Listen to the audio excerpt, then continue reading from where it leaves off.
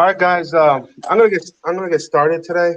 Um, so basically, last week we talked about if everybody can mute their mic. Derry Rose, can you mute your mic? Um, How do I do that? Okay. so on your screen there should be a microphone button where you could click and it'll turn it off, or you could do Control D. There you go. You got it. All right. So basically, last week what we talked about was ground operations, how to taxi the aircraft on the ground by using our feet. So we use our feet for the rudders. To turn right, we turn push right. If to go left, we turn left, and then to stop, we put our feet on top. And also, we talked about the proper crosswind corrections on the ground, right? So, um, like I said, if you're facing the wind, then you're turning your yoke into the wind. And if the wind is coming back behind you, then what you're doing is you're turning away from the wind and going away by pushing down onto the yoke. So we talked about that. We also talked about taking off, how we increase the power to about 3 seconds, nice and slow. And as soon as we go full power, we're reading the engine instruments, make sure the oil pressure's in the green, the oil temp's in the green, and the fuel pressure's in the green. And then our airspeed comes alive, and about our rotation speed, which is in a Cessna or a Piper, should be around anywhere between like 60 to like 70, right? You slowly increase the back pressure, and you aim the dash of the airplane onto the horizon. And what that's going to give you is about 80 knots on the speed, and we call that VY. And what VY is basically the best rate of climb. So the fastest your airplane could climb up, right? Um, there's two types of climbs. There's a VY speed and there's a VX speed. So the VY speed is the best rate of climb. VX speed is basically the best angle of climb. Does that make sense? So basically, what that means is um, you guys can see this board real quick. But, VY, if your airplane is rolling down the runway like this, it's going to give a climb like that, and it's going to give you the best rate of climb. VY is going to give you the best angle of climb. So if there was trees or whatever, you would want to have the best angle to climb up, right? To clear those trees. But VY is basically best rate, and VX is best angle of climb. So we talked about that, and then what we talked about was straight and level flight. And straight and level flight, once you get into your assigned altitude, like let's say 2,000 feet, what we talked about last week was we have the dash of the airplane. Oh, that's an ugly dash. Sorry. So if that's your dash of your airplane, here's your six pack, here's your avionics, and here's your yoke. For a straight and level flight, what I told you what we were going to do is we're going to take 4 fingers from the dash to the horizon. So that means 1, 2, 3, 4. And if this is your horizon,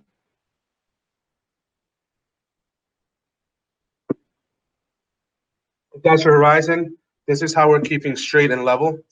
So basically, we're imagining our 4 fingers are right. I'm sorry. Can somebody tell me if they can see this real quick? I don't know. You guys can see that well. Yeah, I can see it well. Yeah, if you could see that. Do I have to bring the computer up a little bit more, or are you guys good? Maybe bring it up a little more. Yeah, the audio is breaking up just a bit, Yeah, but no, yeah. it's okay. How is it now? Is it good? It's good. Yeah, It's good. now it's good. Okay, yeah. Good. All right, so basically straight and level flight. And once again, what we're doing is we're doing 4 fingers from the dash to the horizon. So we got 1, 2, 3, 4. Here's the horizon. And it should give you a straight and level flight. So if you're at 2,000 feet, you'll be keeping 2,000 feet. And what you're gonna do, what the process is, we're VFR flying, right? A private pilot license is visual flight rules. So you wanna maintain your concentration outside of the aircraft more than inside, right? So your first right here, your first six pack right here, if you're flying a six pack or a G1000, I don't know, regardless, you got the airspeed on your first circle, then you have the attitude indicator on your second circle. The third circle, you have your altitude, right? And then right here, you have your turn coordinator.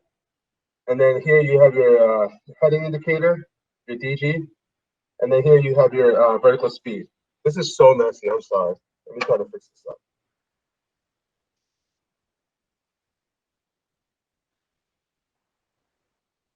What's the difference with your altitude indicator and the altitude?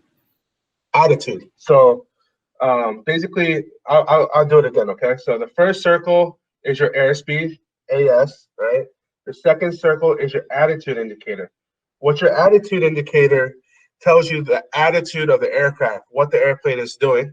So inside the attitude indicator, you'll see a miniature airplane. And what that airplane is going to be doing, you'll see a blue part and a black part, or a blue part and a brown part, whatever color it is. It will show you the attitude, the current situation of what the airplane is doing, right? If that makes sense. And then right next to it, you have your altitude, and then you have your turn coordinator, and you have your heading indicator, heading, and then you have your vertical speed indicator. So just on a normal airplane, this is what the six-pack airplane looks like, okay? So, and then you have your, I don't know where the RPMs are, but they're probably down. The RPM is probably like right here. And then here's your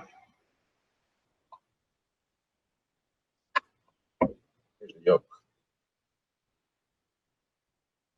So basically, once again, we're doing VFR flying. So because VFR flying means that it's visual flight rules, we have to keep our concentration outside the aircraft. So you're going to keep on imagining that 4 fingers from the dash to the horizon. And every 3 seconds or every 2 seconds, you're going to glance at your altitude indicator, and you're going to glance at your airspeed. And basically, you're going to just use the outside as a reference and just spring on from there. So I'll look outside for 3 seconds, like 1, 2, 3, and then check inside. Okay, I'm a little bit high, so I'm going to push down a little bit. And then you're going to look outside. Okay, it looks like I kind of lost my altitude by like 20 feet. I'm going to pull back a little bit. Does that make sense, guys? So that's what we talked about. Really, in the beginning stages of your flight, this is pretty difficult to do. I'm sure Derry Rose knows, Yeah, so Derry Rose, he said he has about 20 hours, but the 4 fingers is a very good. Sorry. 4 fingers is a very good reference point to do. And then we talked about climbing real quick. So the climbing and the takeoff is basically the same. We're going full power on the throttle. Once we go full power on the throttle, we're slowly increasing the back pressure. And all we're doing is we're bringing the horizon to the dash. So this is the horizon, or this is the dash of the airplane right here. And here's the horizon, right? All we're doing is we're matching that to the horizon, and that's going to give us basically our VY, approximately our 80 knots or 70 knots, whatever the VY is on your airplane, okay? Then we talked about the level off. Yes. I have a question. So I look inside the instruments mostly, and I want to stop doing that. How do I get better at looking outside more? Yep, very good question. That's a lot of students have that mistake, and that's why I'm definitely showing you guys what to look at with your fingers. So On the climb, all we're doing is we got the dash to the horizon. So we're not looking at our instruments, we're looking at the dash. And all we're doing is we're matching that dash to the horizon, right? On a level flight, all we're doing is we're imagining that 4 fingers from the dash to the horizon, and we're looking outside. So 1, 2, 3, and then we'll look inside. Oh, okay, my altitude's good, and we'll look. So if the dash in the horizon is going further away, what's happening? You're descending. If the dash in the horizon is getting closer, what's happening? You're climbing. Does that make sense, Diego? I hope that made sense to you. Yeah, that made sense. Thank you. Yeah. So a lot of students have a problem with this because they don't know how to reference the dash with the horizon, right? And then we talked about descending. And click on the descending. All we're doing is we're imagining we have 6 fingers now. So 1, 2, 3, 4, 5, 6. And here's the horizon, right? So all we're doing on the descent now is the first thing we're doing is we're bringing our power back. So we had that 4-finger, our 4-finger sight picture. But when we bring the power back to about 1700 RPM or 1600 RPM, whatever it is for your Cessna or your Piper Warrior, it doesn't matter. Regardless, the airplane is going to want to, once you take the power back, the airplane is going to want to drop, right?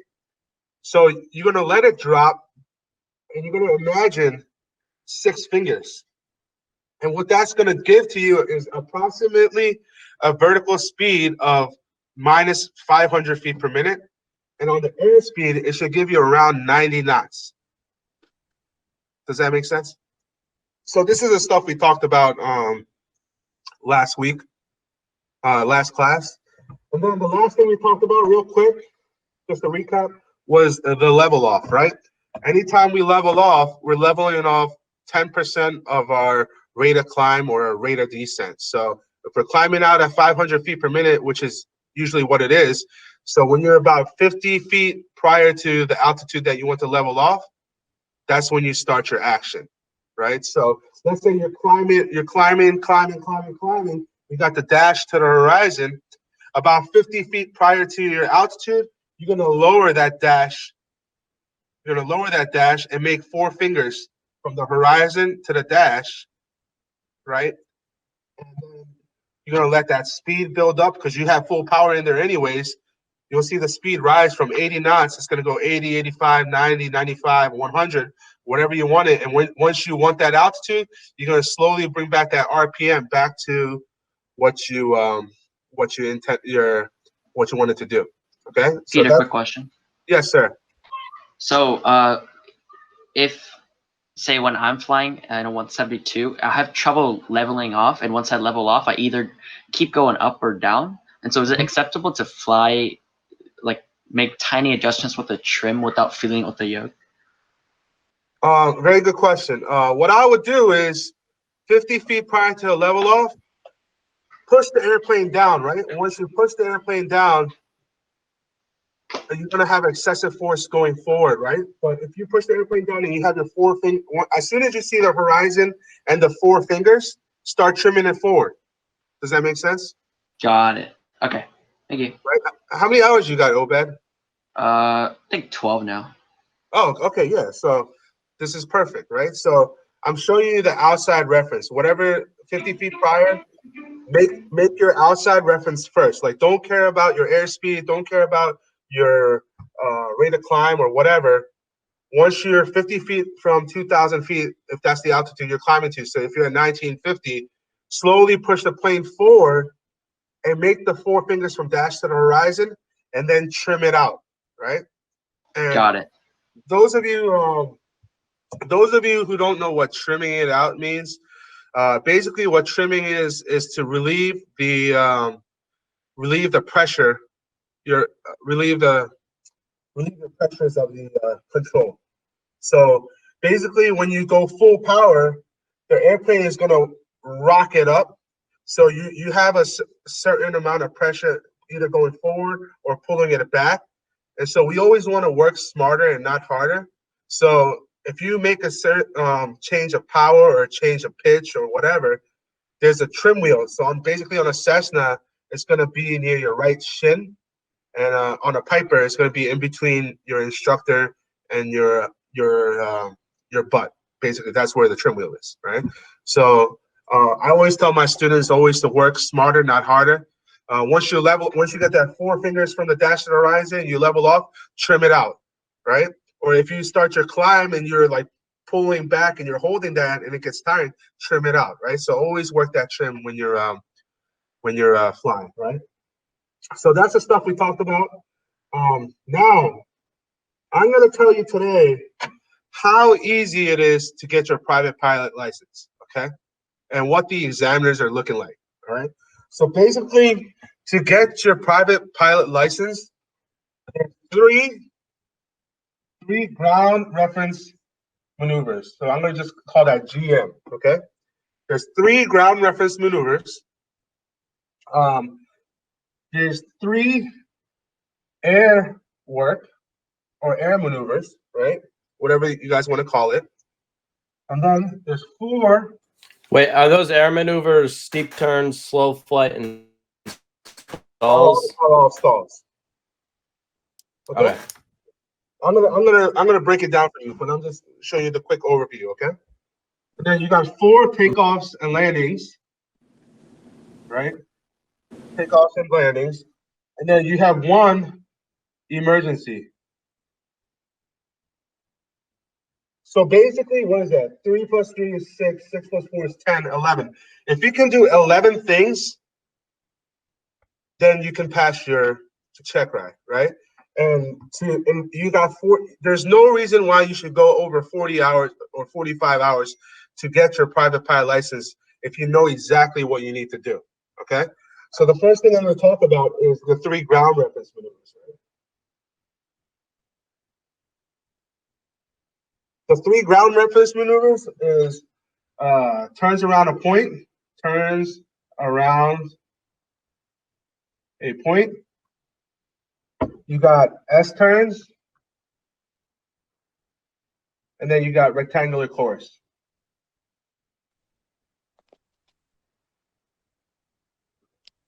Turns around a point, basically, it's a very simple maneuver. All you're doing is you're choosing an altitude between 600 feet and 1,000 feet AGL.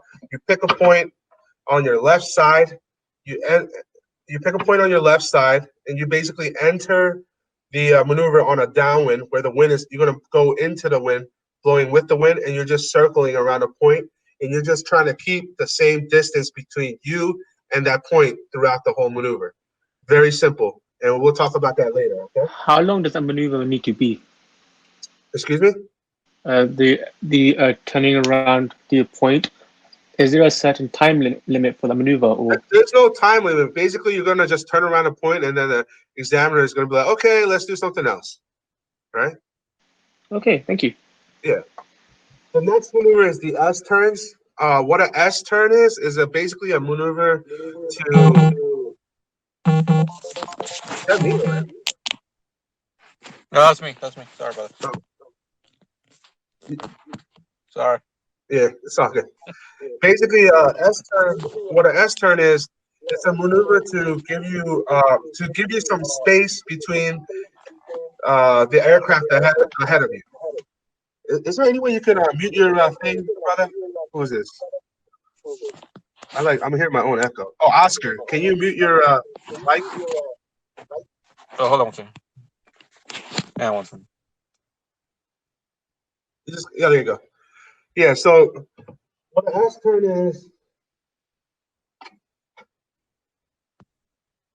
here's the runway 14 or whatever, and you got the airplane ahead of you, and he's going super slow, and you're right here. So sometimes, a lot of times, what they say in the towers, they'll say, "Hey, S turns approved." And so what that's going to do is basically what you're doing is you're just making an S along that route, and by the time you do that, you're making more space, more cushion with the aircraft ahead of you. So this happens a lot in the airlines. I haven't seen this a lot in general aviation, but it's also a maneuver that you'll need to practice. And the way they do it in general aviation is very simple. Basically, what they do is you pick a reference point, and let's say the wind. Here's the wind. Wait, which one are we on now? S turns. Okay, just making sure. Yeah. So the wind is blowing here, and let's say this is a car. It's a road, right? You're using a road for a reference or whatever. What you're doing is you're entering the maneuver on a downwind. So here's the downwind. Here's your plane, and basically what you're doing is you're going like this, and every time you cross the road, you have to be wings level.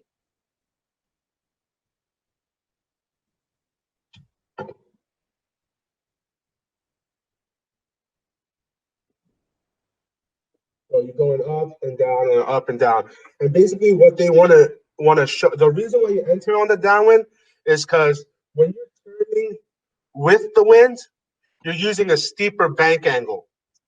When you're turning into the wind, you're using a shallow bank angle because the wind is blowing towards you. So you're just demonstrating that you understand the concept of the wind and you understand the concept of the maneuver, right? So that's the S turn. And the last ground reference maneuver, very simple, is a rectangular course. And what rectangular course is, let's say there's a road right here. Same thing, the wind is blowing, let's say the wind is blowing this way. That's where the wind is blowing. Basically, you're entering the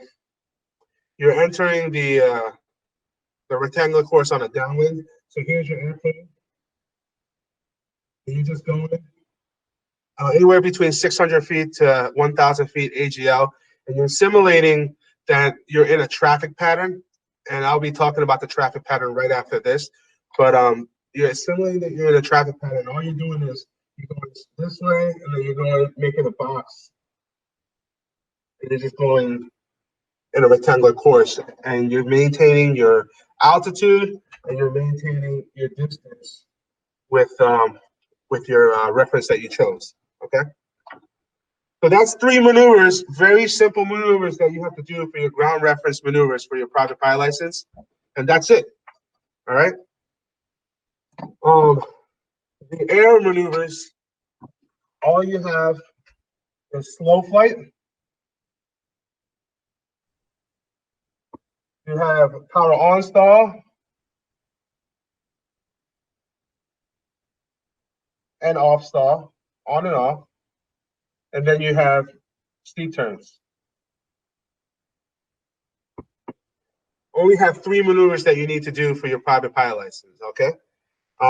Once again, slow flight, you're just maneuvering the aircraft at a slow speed. So if you're cruising at, usually in a Cessna 172, you might be cruising at 100, 105 knots or 100 knots or whatever. You're going to simulate that you can control the aircraft at, let's say, like 60 knots or 55 knots or right above the stall speed or whatever. And you do that because the field of the aircraft is way different when the aircraft is going 105 knots and when it's going 60 knots. And you're showing the examiner, or you're showing the ability that you can control the aircraft at the slow speed. So when will we be at a slow speed? When we're going into landing, right? So when we're going into landing, the controls will start feeling sluggish and this and that. So we're going to show them that we can be in control. Power on stall simulates a takeoff stall. Basically what you're doing is you're just full powering the aircraft and you're just bringing back the aircraft. You're just pulling back on the yoke as much as possible. And at one point, the aircraft is not going to be able to climb and not be able to get any lift. And it's going to start shaking, which is called the buffet. And the stall horn will go off, which you'll hear a horn that goes beep, whatever. And then you'll just keep on pulling back. And all of a sudden, the nose of the aircraft will drop.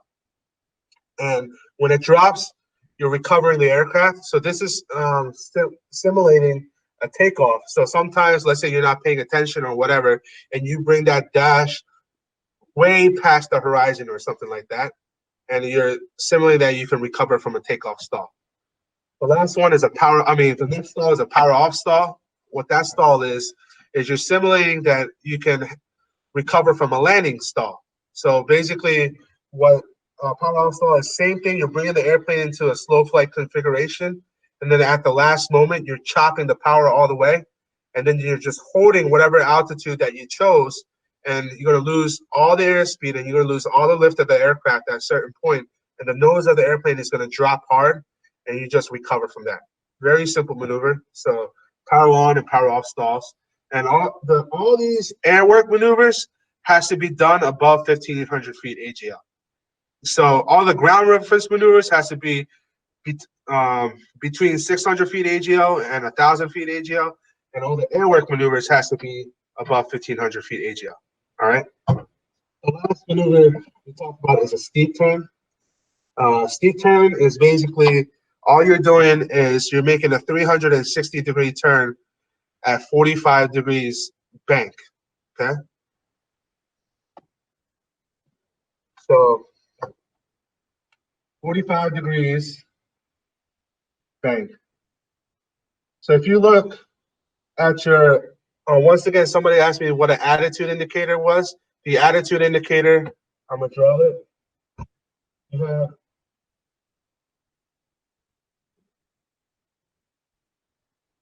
it looks like that, and it's probably like blue up here, and then probably below is a different color. It looks like that. And what you're gonna notice, there's a big tick around this point, which is 30 degrees of bank. But then you're gonna bring it between 30 degrees of bank and the horizon, which should give you a 45 degree bank over here. And this maneuver, a steep turn, it gets very difficult if you concentrate inside of the aircraft, if you concentrate on your altitude, and if you concentrate on your attitude. If you're just constantly looking inside for this maneuver, it gets very difficult. The easiest way to do this maneuver real quick.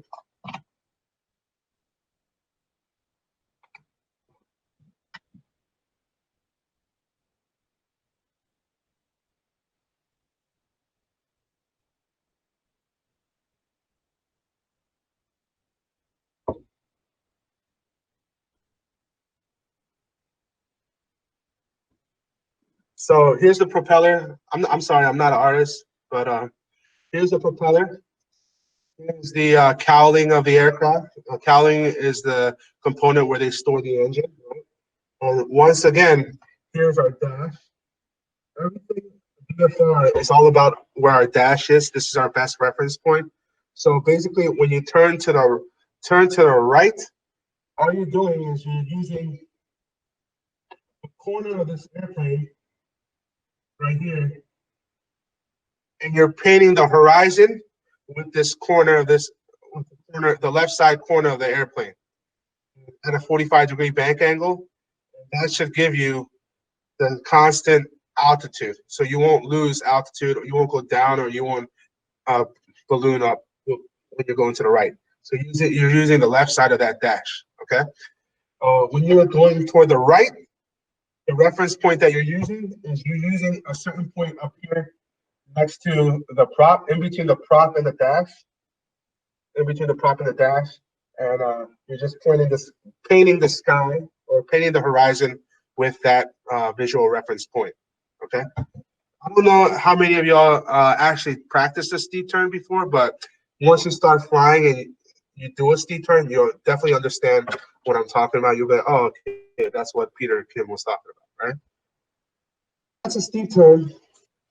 So we covered 3 ground reference maneuvers and 3 air maneuvers, right? We had the power on and off stall, we had slow flight, and then we had basically our steep turns. That's it. So that's 6 maneuvers. You're about 90% there.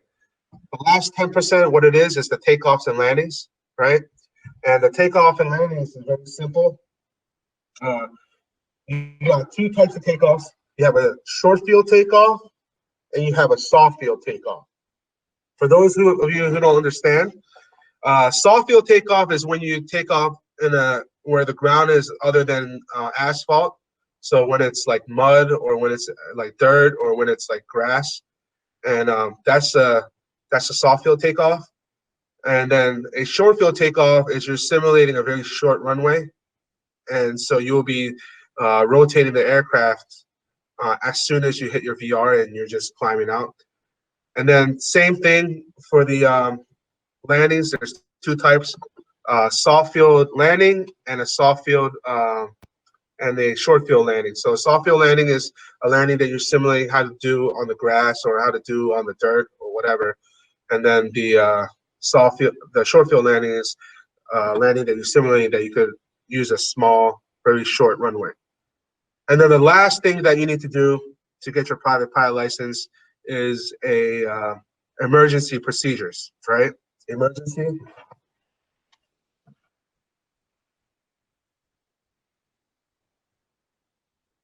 Basically, what happens when you do an emergency procedure, you will be flying around with your instructor at about 2,500 feet or 2,000 feet or whatever. And when you're not looking, your instructor is going to pull the power out of the airplane. He's not shutting off the power of the airplane, but what he's doing is pulling the throttle all the way back to idle. And he's simulating an engine failure, right? And basically what we do in the Cessna and the Warrior for engine failure, first thing you want to do is you just want to maintain that altitude. So if you were at 2,000 feet, you don't want to climb, you don't want to descend, you just want to hold 2,000 feet. And what's going to happen? I'm sorry. Let's take this real quick. My kids are calling. Hello? Hello? Yeah, I'm busy, okay? All right. Sorry about that. So basically, for the emergency, what's going to happen when he pulls that power, you're holding that altitude, what's happening? You're losing your airspeed, and your airspeed is going from 100 knots to 90 knots to 80 knots or whatever. And all the airplanes have a best glide speed. That's the speed that you want to know inside of your head. And that speed is the speed that's going to let you be in the air for the longest amount of time. So basically in a Cessna, I think it's about 70 knots or something like that. Is it Derry Rose? You should know. I'm It's not 65 knots. 65 knots. Yeah. Cool. So yeah, about that 65 knots. So you're holding on to the altitude. Once it hits 65 knots, you're just pitching for that airspeed, and then you're finding a place to land. What the examiners want to know is if this guy can handle that emergency, find a place to land, and land into the wind. So right away, you want to know where the wind is blowing from. How are you going to know that? You're going to know that by the runway you took off, right? And then you're going to just go through a aeronautical decision process in your head. I usually use the 3 Ps. So what that, because it's the easiest, it's only 3 letters. So perceive the problem, process the problem, and then perform what you have to do, right? So you'll notify ATC and say, hey, mayday, mayday, mayday, experiencing an engine failure, declare an emergency, whatever. So you let them know. A question. Yes. So can't you just like when you want to land into the wind, instead of like remembering what runway you took off on, can't you just ask ATC for a wind check? ATC is not going to know. The ATC is different from the tower. The tower people are going to know the winds. I'm not sure if the ATC people will know the winds. Do you know what I'm saying? Yeah. All right. So basically, that's it. So, the first thing you should do is to maintain the altitude, correct? Yes. At first, but then when it gets to 65, you try to land. Do you try to land before that, or do you land? Because I would say, like, why do you maintain your altitude when there's maybe a nearby airport when you can just land right away? I mean, the reason why we're maintaining that altitude, because when the airspeed is going down to 65, from 105 knots to 65 knots, it gives us time to process things and gives you a little bit more time in the air, if that makes sense, right? If you already know what you're going to do, then that's cool. Like, aim to the airport and just go there. But if you don't know where you're at, right, you want to build, get a little bit more time in the air. Okay, I get it now. Thank you. Right, and Alright. whoever asked about the ask ATC for wins, I don't know if you guys heard about this, but aviate, navigate, and communicate. Since communicate is last, and you want to save that time to think how to maybe restart the engine or find a place on. Exactly. So aviate, navigate, and communicate. So that's another ADM process, right? He uses that. I use his 3 Ps. There's a million. Can you- others. Yes. Can you repeat the 3 Ps just one more time? Yeah. Perceive the problem, process the problem, and then perform. Thank you. All right. So basically, you can do those maneuvers, and then you're ready for the check ride. All right. Well, in my school, and Yeah. well, I'm studying here in Miami, in ADF Airways, and they teach us like A, B, C, D, E procedures.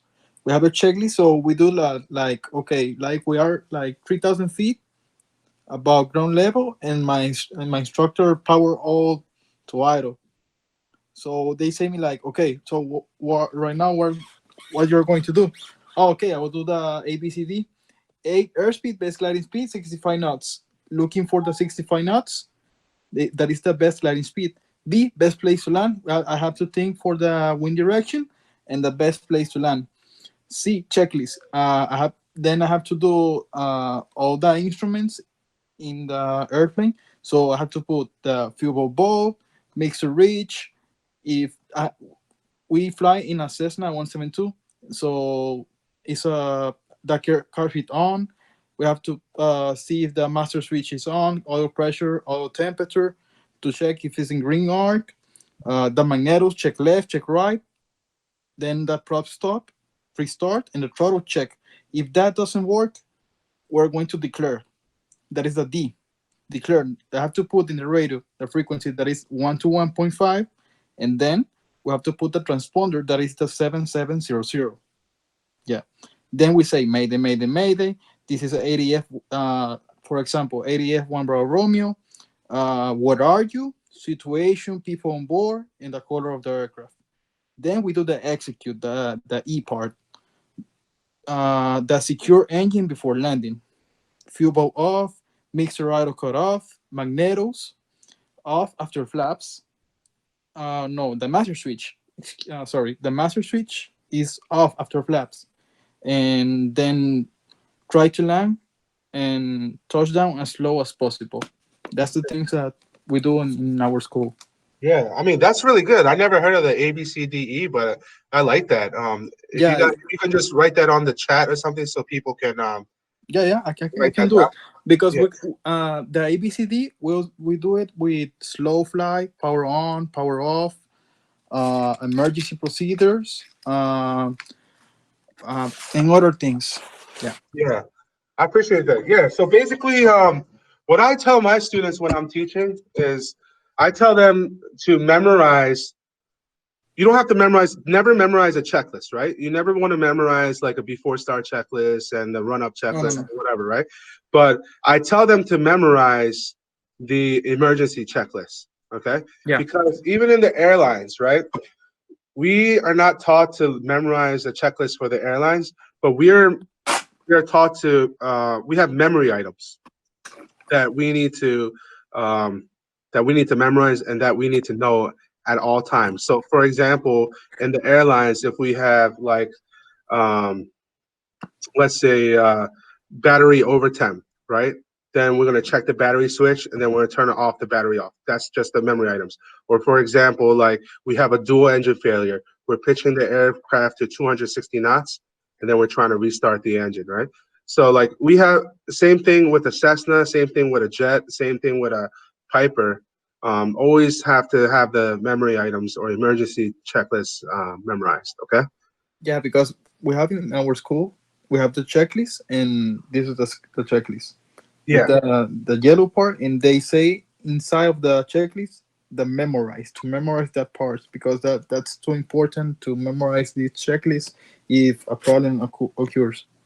Absolutely, and that's gonna help you when you get to the airlines too. Okay, so Yeah, there's like so much stuff I wanted to talk about today, but basically today what I talked about was what is it? All the things that you need to do to become a private pilot license, private pilot, right? And usually when people don't know the big picture, if they don't know all the stuff that they need to do to become a private pilot, that's when you guys can get easily taken advantage of as students and as customers at flight schools. So if you guys exactly know, hey, this is the stuff I need to do, this is the stuff I need to work on, then becoming a private pilot, it becomes so much easier. So now you guys know the whole game plan of becoming a private pilot. If you can knock this out, then you're good to go.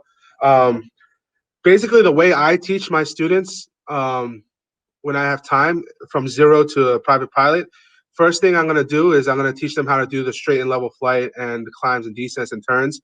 Second thing I'm going to do is I'm going to teach them all the ground reference maneuvers because they're very, very easy to do, right? And then the third thing I'm going to teach them is the air work. That takes a little bit of time. Maybe it'll take 1, 2, 3, or 4 lessons. And then right after that, I don't care about anything else. I start teaching them how to land, right? So just that alone should take about 10 hours. So about 10 to 12 hours, they're already ready to land the plane and ready to go on their solo. And so right after that, I refresh the air work one more time. That's it. I don't brush up on the ground reference maneuvers, just the air work. And then I solo them. About 12 hours to 20 hours, I solo them. And right after we do that, we practice our long cross countries. And then I solo them for their cross countries. And then by the time you get to like 32, 33 hours, you already know how to do everything. And the last 7 hours, all we're doing is maneuvers and brushing up for that check ride. So basically when he gets to about 40 hours, I can sign him off for the check ride. That's how I keep everybody under 45 hours. That's my secret, right? The national average is 70 hours, but I never had a student go over 45 hours. And this is the way I do it, right? And that's it. So that's it for today's class. I hope you guys enjoyed it. I decided not to take payments like a set fee for this class. I just want to keep it on like donations and stuff like that, or whatever you feel like. If you don't feel like the class was not worth it, you don't have to give anything. I'm not getting butthurt. But I think this is a better way. Whatever you guys want to do, that's fine. So at this time, I'll open up the mic for any questions.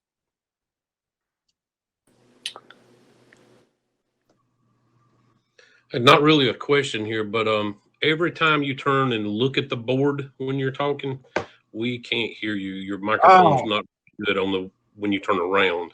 Yeah, when you're facing it, man, it blows us out of the speakers here. But when you turn away, that's all right. Yeah, I wish you told me earlier, and I would try to like talk and then, Yeah, or maybe a headset. Oh yeah. Oh, good idea. I'll bring a headset for next time. I think a pilot should have a headset laying around somewhere. Yeah, definitely. Very good. I appreciate that a lot, Brent. Oh, you can go. Okay, Oscar. How do I join your class, your regular classes? You live in New York? New Jersey. Oh, I'm up in Farmingdale, Long Island. Okay. You can come up anytime you want. Or can I get you in for Yeah. Do you have Instagram? Yeah. Yeah, Kimchi Pilot. Just DM me and then we'll set something up. Okay. If you're in Jersey, you're probably like probably less than an hour away. Yeah, just about, yeah. Yeah, that's cool. Okay. Thank you.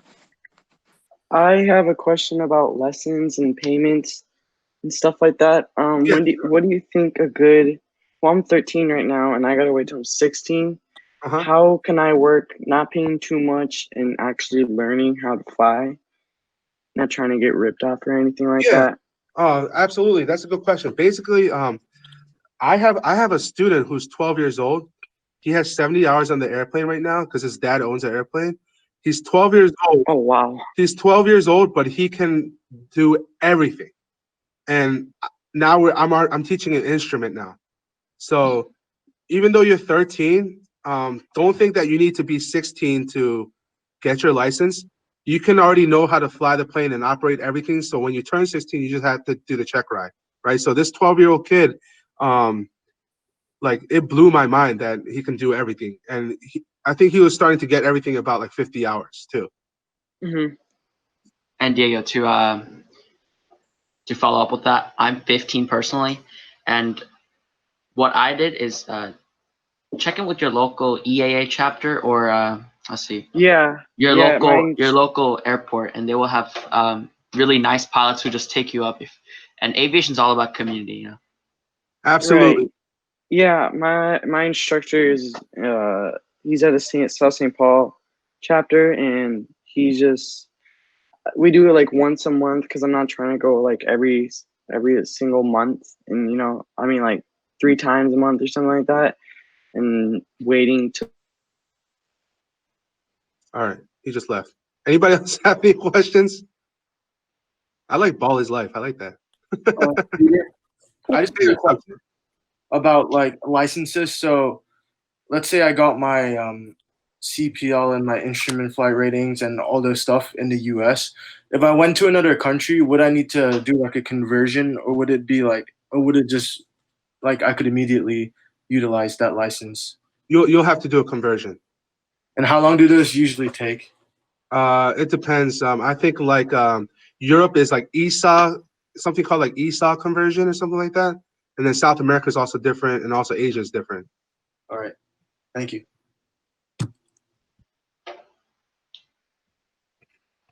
Anybody else have any questions? I have a quick one if I can jump in. This is Dave here. Yeah. I'm a high school teacher, and I've been thinking about getting my private license for a long time. That's awesome. Is that something that I could take like 2 months of my summer break from school and really hammer out at one time, or does it have to be spread out over a period of months? All right, very good question. If you're going out to the airport 3 or 4 times and getting a lesson 3 or 4 times a week, it should take you no longer than 2 months. You could probably get it done in like 6 to like 8 weeks if you're going 3 to 4 times. If you're going to the airport 2 times a week, right, then it should take you about 2 months to 3 months to get it. Okay. If you're Right. going, I've seen someone at my local flight school get it in 3.5 weeks or something. Every single day they would go up. Yeah. And does that depend upon like what the flight school offers in terms of availability, or one with your instructor? Yeah, so the way flight schools work is always it's one-on-one. So it's your instructor and you, right? So if you find a good instructor that you guys mesh very well, then he can take you to the promised land, no problem. And basically, yeah, like summer vacation is plenty of time to get your license. And it shouldn't, if you do it that way, it shouldn't cost you that much either. The reason why it costs a lot of people a lot of money is because when they go over to 60, 70 hours on the private pilot, they're doing that because they're not staying proficient because they're only taking 1 lesson a week or something like that. Do you know offhand if there's a massive price difference to do this summer? My whole family's from Western Pennsylvania. And I know there's one guy out there who teaches out in Western Pennsylvania in my hometown. And I could easily go back there, or I could do it in the New York Metro. Is there a giant price difference that you're aware of? No, there's not a giant price difference, but are you near Scranton, Pennsylvania, by any chance? Well, my family's more on the western side of the state. There's a town called Du Bois on the Pittsburgh side of the state. But either way, I mean, I'm Bronx, so I'm here. But with summers off, I could go to Arkansas. I could go to Arkansas and do it if I want. Yeah, it doesn't matter where you go. It doesn't matter where you go. The most important thing is the instructor. It doesn't matter about the flight school. It doesn't matter about the owner of the school. It's just as long as you have a good instructor and you trust that guy, then you're good to go. And one more question, and I'll leave other people talk. I'm sorry. Do most flight schools only do things like, the number of hours you fly is what you pay, or do they offer package deals where they say, we'll get you to private license up to a certain number of hours for one flat rate? Yeah, so basically what flight schools, they're going to try to do is they're going to try to sell you a package of 50 hours. And if they sell you a package of 50 hours, then for you, let's say after 2, 3, 4 lessons, you hate the instructor, you hate his guts, and you think the school is scamming you or whatever, you can't really back out because you bought that 50 hours, right? But what I always tell the students is, don't give the flight school, even though it's going to cost you a little bit more, don't give the flight school your money. So you have the power the whole time. So if they're offering block packages, like 10-hour packages, I say, yeah, why not buy 10-hour packages? Because it's definitely going to be cheaper. It's going to be like $5 to $10 cheaper than our rate. So like this school, for example, this school is called Flight School right here. And what they do is school, but what I think is their rate is $239 an hour for the plane and the instructor. But if you buy 10 hours, then that rate from $239 goes to $229. If you buy 20 hours, it goes from $229 to $219. And if you buy 30 hours, it goes to $209. And if you buy 40 hours, it goes to $199. So that's how the schools work. I always tell the students, don't buy more than 10 hours. Unless you really, really, really trust that guy and really trust that school. If that makes sense to you. Yeah. What do you think a good flight lesson costs? Sorry, but just Who's talking? me. Hello? If anyone else wants to go. Oh, Diego, what do you think a good school costs? I think the average plane should cost about $150, give or take $150. And I think a good instructor will cost you about $60 an hour. That's the average, I think. Okay, but like per lesson, what do you think for just like one instructor? Yeah, so Should be- you add that up. So if it's an hour lesson, you're paying $210 an hour. Okay, that makes sense. Thank you. Could you train with somebody that has like their license and stuff, and then get all your hours, and then show up at the private school and just take a check ride and get your license? The only way you can do that is if you're flying with somebody who is an instructor himself. He has to have a CFI license. If he's just a private pilot, then you can't log your hours. The only way you can log your hours. What did you say? If they work at the airlines. Airline. Not necessarily. Yeah, it doesn't matter if they're airline or not. They have to be an instructor. They have to have an instructor. It has to be a CFI instructor. Yeah. Yeah. Yeah, I think they got that. Wait, Peter, I'm sorry. I just came back. Did you say that for like airlines like American Airlines, you have to be a flight instructor in order to? Oh, go there? no. You don't have to be a flight instructor to be American Airlines. Okay.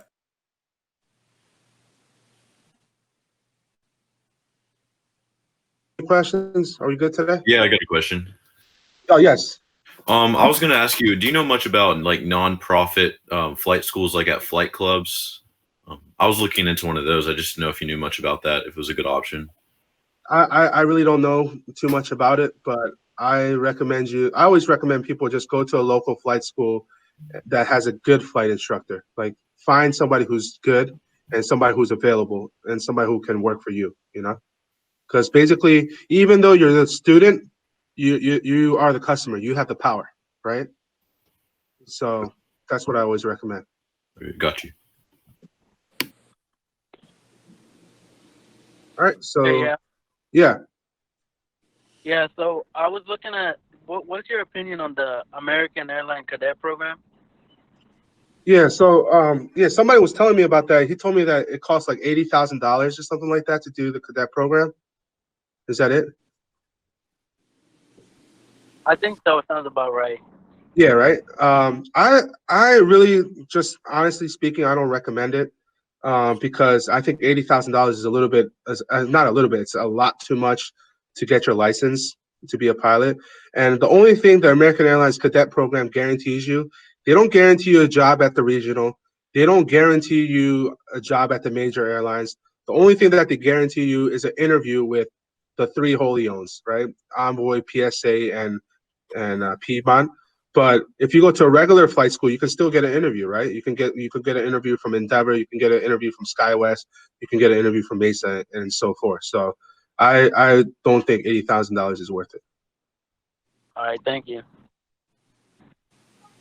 Peter, so I think you said this in one of your TikToks. How did you get your private license individually, individually, and then how much did you go before you entered the airlines? Did they give you your ATP? Yeah, so basically what happened for me is I went to a 141 school because I didn't know Jack, you know, about aviation. I didn't know anything about aviation. So I went to this 141 school and they looked super professional and everything was organized and they explained everything to me and I was like, okay, this is cool.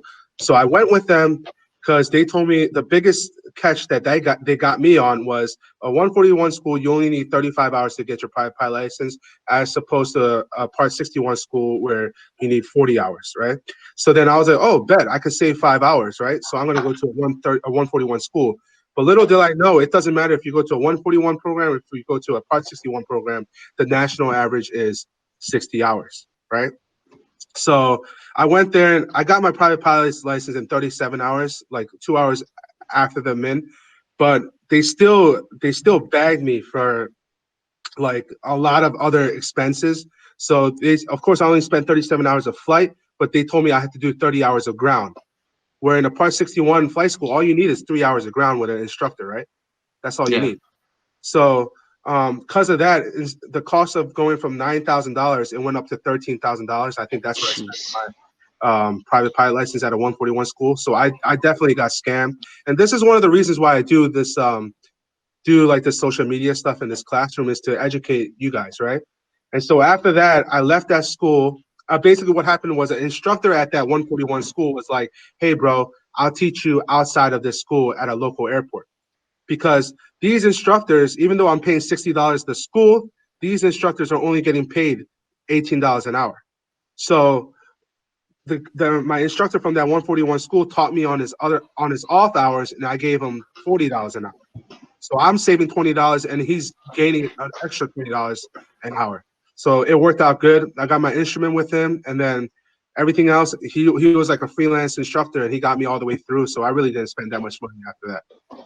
Wow, okay. And then I flight instructed and I flew 135 charter to get that 1,500 hours. And once I got 1,500 hours, I interviewed at Endeavor, Envoy, and Republic.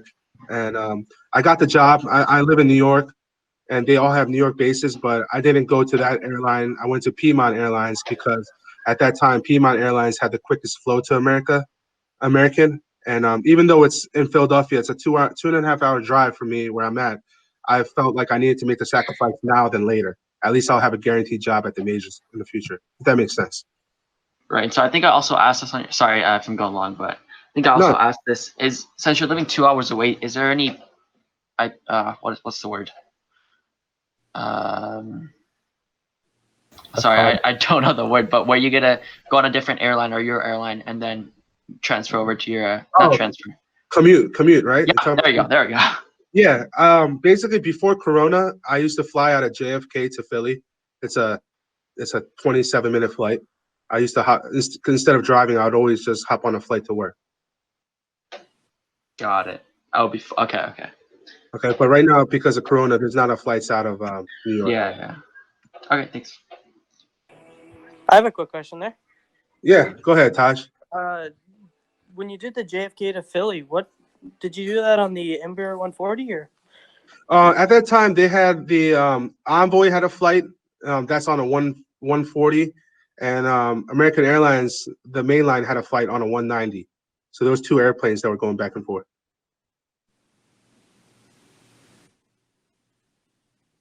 All right, so I hope you guys. Peter, just as an advice, please. Yes.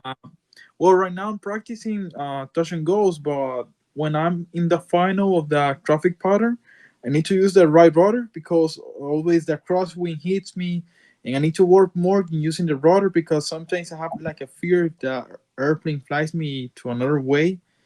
Then I have to use the reverse commands and all that stuff. Yeah. But I need to use more the rudder, and sometimes I have that fear to use the rudder because sometimes the airplane flies me to the right or to the left, and I need to use more that. What advice can you give me? Absolutely. This is what I really wanted to touch up on today. It's just we ran out of time. There's two types of ways to land. There's a wing low method, and then there's a crab method. And I will go over like this will be my main point for my Thursday's lesson, but just very short. A wing low method, all you're doing is you're choosing the runway, the nose of the aircraft, and the tail of the aircraft, and you're lining them all up straight. All the longitudinal axis of the airplane and the runway and yourself is all lined up.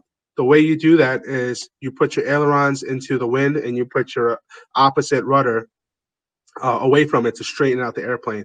And you just fly the airplane straight all the way from the center line to the ground. That's the wing low method. The crab method is your airplane weather vanes into the wind. And all you're doing is you're keeping the wings level the whole time. And your plane will automatically face the wind. And you're going to just make sure that the runway and your body, your human being, yourself is lined with the runway. And when you get into the flare, you slightly push on the rudder to straighten out the airplane and put the opposite cross control into the wind. So I'll talk about that the next class, okay? Okay, okay. Thanks, Peter. I hope that made sense. It was a real quick explanation. Yeah. I get it. Okay. Yeah. All right. Is that it? Yeah, I think. All right. See you guys. Thanks for the class, man.